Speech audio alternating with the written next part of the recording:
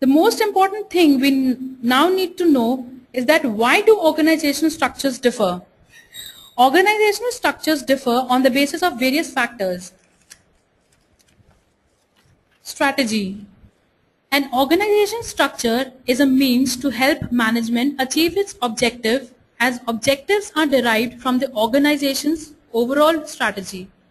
Most current strategy frameworks focus on three dimensions. First being innovation. An innovation strategy doesn't mean a strategy merely offering something more from the previous offerings, but rather meaningful and unique innovations. Hence, organizations following innovative strategy tend to have organic or matrix structure, which is flat, uses cross-hierarchical and cross-functional teams, has low formalization, possesses a comprehensive information network using lateral, upward as well as downward communication, and involves high participation in decision making. Second dimension being cost minimization.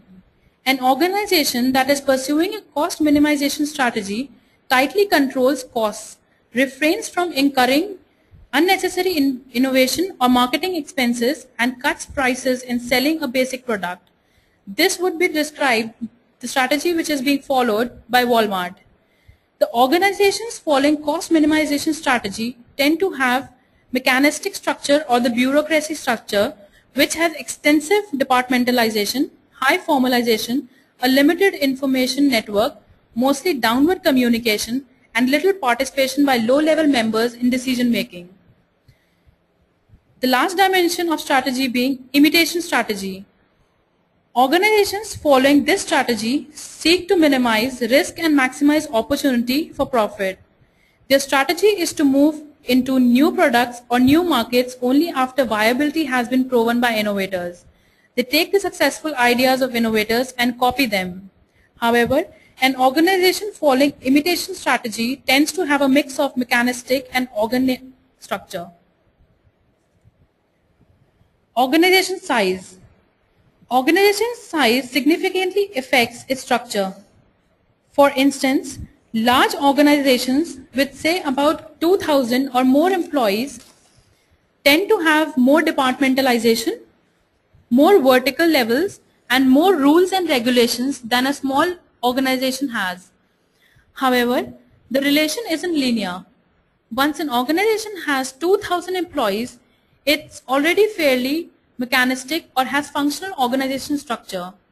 On the other hand, adding 500 employees to an organization that has only 300 members is likely to result in a significant shift towards a more functional structure from a simple structure. Technology. The technology refers to how an organization transfers its inputs into outputs. Every organization has at least one technology for converting financial, human, and physical resources into products and services.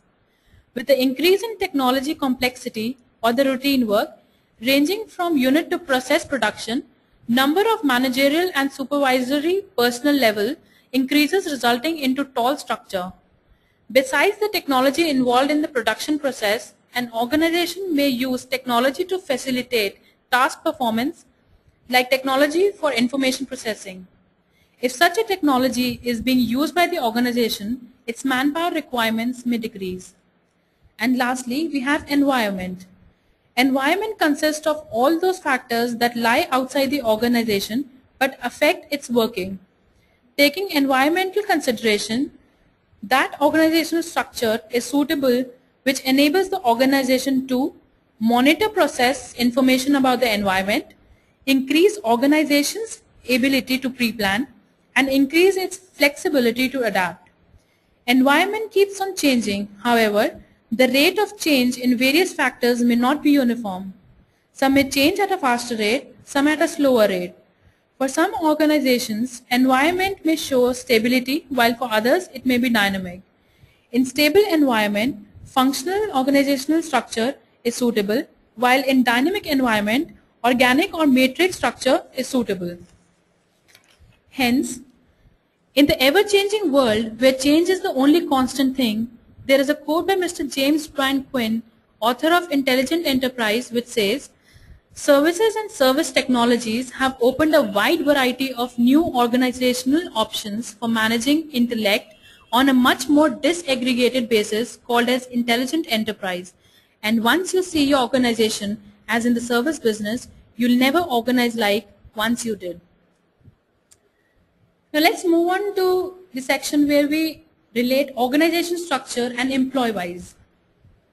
As employee information portal forms the base for other employee-wise modules, hence to map the employee data as per the organization structure, the key elements of organization structure are mapped in employee-wise as work specialization is defined in terms of organizational roles, grades and grade levels. Departmentalization is defined in terms of business units, functions and various processes. Chain of command and span of control are mapped in terms of immediate and functional supervisors for an employee. Central and decentralization is mapped in the form of various workflows, approval settings for leave, past attendance, travel requests, expense claims, etc. And lastly, formalization is defined in terms of role descriptions. Hence, employee-wise provides a flexible platform to map various organization structures. Thank you. Thank you, Manpreeti, for letting us, our audience, know such valuable information. Now, I would request my audience to shoot out the questions they were having any. So here we have a first question from our audience. Like Manpreeti, they want to know like what's the difference between designation and role? While defining the designation and role in employee-wise for an employee, the difference is that role relates to the activities which an employee has to perform on daily basis. That would be more of job specification. And designation is a title which is given to a particular role for an employee. So a designation can be head HR, but the role would be of probably VP HR. Okay, so now we have another question. It says, how an organization structure and employee-wise is related? As discussed, organization structure and employee-wise are related because before we have a platform of employee data into the employee-wise correctly mapped, it is very much important to define the company, business units, various functions an organization has, and processes if any. And also, it is if you have to add an employee into employee-wise, it is mapped with the various grade levels, grades, and also functional and immediate supervisor for approval of various workflows and claim and attendance requests raised by the employees. One more question, Manpreeti.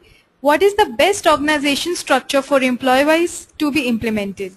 Employee-wise provides a flexible platform to map various kinds of organization structure.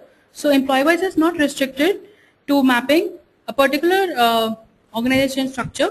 However, matrix structure, simple structure and functional structures, all the three kinds of structures can be easily mapped with employee-wise. Okay, so any more questions? So thanking all the participants and hoping that the webinar helped in providing useful information.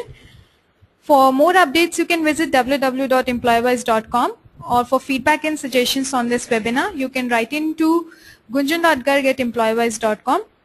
Wish to see you all again for our next webinar, which is scheduled on 21st July, which would be held on the topic recruitment. Thank you all.